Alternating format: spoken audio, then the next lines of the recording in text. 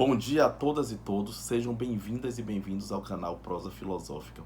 Hoje, infelizmente, falarei sobre algo triste, que se trata do alto índice de feminicídio que ocorre todos os dias no Brasil e no mundo. Diante de tantos casos de feminicídio, eu resolvi pensar filosoficamente sobre esses casos, trazendo para a nossa discussão a histórica, eu diria histórico-literária imagem de Antígona, a figura de Antígona, essa figura histórico-literária forte, né? E quem é Antígona, né? Antígona era um símbolo de resistência. Ela é essencial para pensar a condição da mulher de nossos dias, de nossa época. Antígona foi condenada à morte por transgredir as leis de uma sociedade patriarcal. Ela foi enterrada viva em um túmulo de pedra. Seu clamor por justiça atravessa séculos, sobrevivendo com muita força em nosso tempo atual, no século XXI. O grito de Antígona nessa sepultura é o mesmo grito que ecoa em cada mulher vítima de feminicídio. Uma insurgência contra a tragédia cotidiana de ressentimento e do desejo de posse que sentencia mulheres à morte. A tragédia sofocliana, Antígona, foi escrita em torno de 442 a.C., mas infelizmente ela se mantém atual. Antígona é uma mulher numa sociedade patriarcal em que, como Aristóteles dizia, a mulher é considerada um homem imperfeito. Essa mulher, num espaço que não tinha lugar para a mulher se colocar, a mulher não tinha direito à palavra, não tinha direito à participação, não possuía duas regras básicas da democracia: isonomia, não era considerada igual perante lei, e não possuía a isegoria, o direito de expressar-se. Antígona, nesse ambiente, ousa enfrentar o tirano pelo direito de sepultar o seu irmão Polinices. Ao insurgir-se contra a injustiça das leis, ela comete o que se chama em grego de híbris. Híbris seria uma transgressão dos limites estabelecidos. Ela supera os limites. Antígona tem uma irmã chamada Ismene. Quando Antígona chama Ismene para transgredir com ela, Ismene diz: somos mulheres, Antígona. Quem somos nós para ir de encontro aos homens? E Antígona responde: Ismene, agarra-te a teus pretextos. Quanto a mim, sepultura vou dar a meu queridíssimo irmão. É uma mulher extremamente decidida. Daí que essa tragédia de Antígona, que mostra essa mulher decidida, ela se refere às Antígonas do nosso século XXI. Na tragédia cotidiana da atualidade, as Antígonas contemporâneas são perseguidas por uma machosfera de red pills, de incels. São grupos movidos pelo ressentimento e pelo desejo de posse. No final das contas, gente, são homens que choramingam para manter seus privilégios. Esse ódio tem ceifado diariamente vidas e alimentado um panorama político muito perigoso. E esse panorama político muito perigoso também é alimentado por líderes reacionários, uma grande parte da extrema-direita, que autorizam a violência, que possuem discursos de ódio e discursos misóginos, que são muito perigosos, porque a partir dos discursos de ódio é que ocorrem as ações de ódio. Eu vou repetir: a partir dos discursos de ódio é que ocorrem os atos odiosos.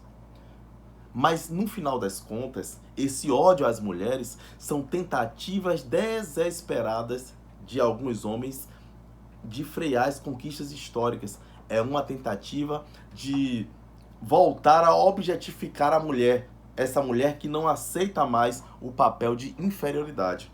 E é nesse contexto que Antígona é importante para a nossa reflexão, porque ela surge como um arquétipo essencial, um modelo essencial de questionamento, de transgressão. As Antígonas do nosso tempo, elas saíram do espaço do silenciamento, não aceitam retrocesso. Isso é um movimento sem retorno, viu, gente? E os ressentidos, esses homens ressentidos, esses incels, esses red pills, todos esses ressentidos que mordam a testa, porque é um movimento sem volta.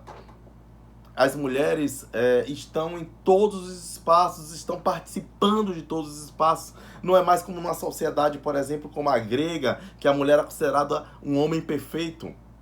Elas estão cotidianamente transgredindo a ordem patriarcal. E essa transgressão manifesta-se a todo momento no rosto das feministas, no rosto das médicas, professoras, juízas, motoristas, camponesas, né? Estão em todos os espaços transgredindo essa ordem injusta. E essa presença tem incomodado, essa presença incomoda. Daí que os ressentidos falam alto, choramingam e, em casos mais graves, cometem atrocidades. Mas, por mais que tentem silenciá-las, elas levantam a voz. O grito de Antígona atualiza-se em cada vítima de feminicídio. Seu clamor afirma que suas vidas têm valor.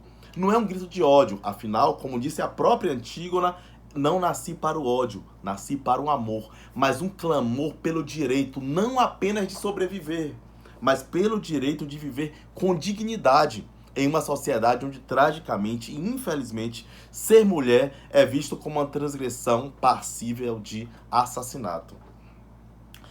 Se a literatura já se debruçou longamente sobre o que é ser mulher, eu digo uma coisa: urge, diante de tantos casos de violência, se perguntar, se questionar sobre o que é ser homem. Questionar essa masculinidade que é tóxica e que é perigosa, essa ideia de masculinidade. O que é ser homem, gente? Um ser brutalizado, um agressor, um dominador?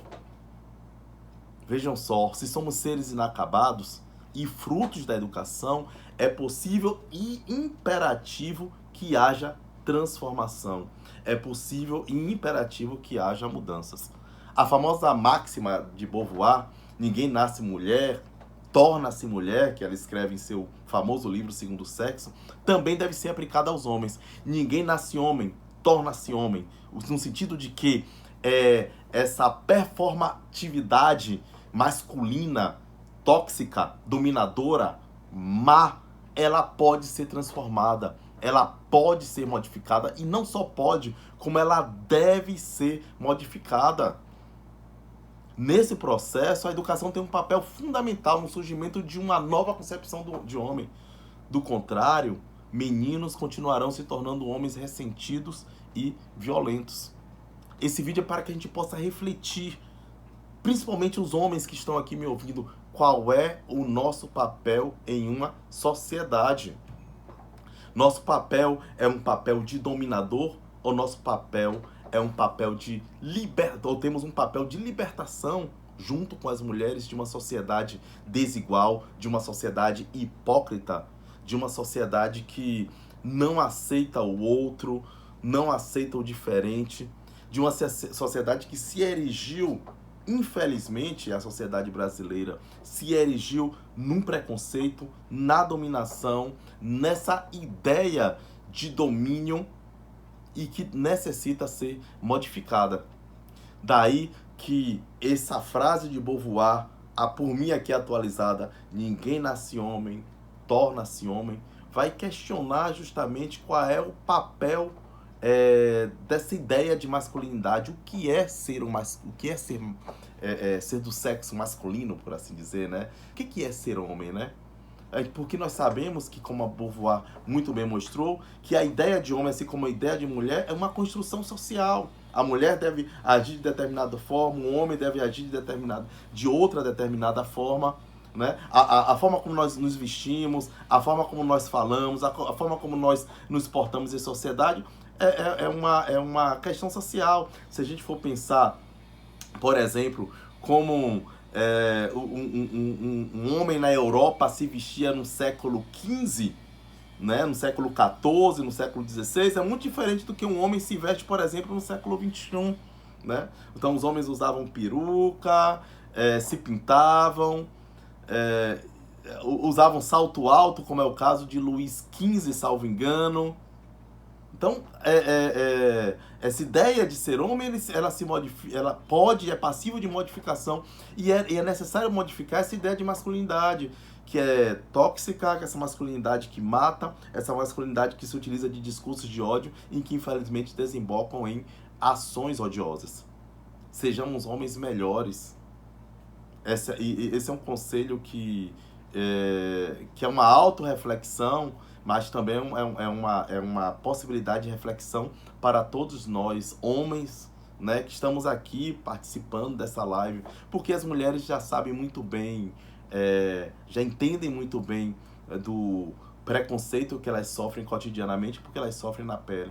É necessário que nós tenhamos consciência de que nós somos uma classe ainda privilegiada, somos um gênero, por assim dizer, ainda privilegiado, e que por vezes utiliza desse privilégio para machucar, para matar, para destruir.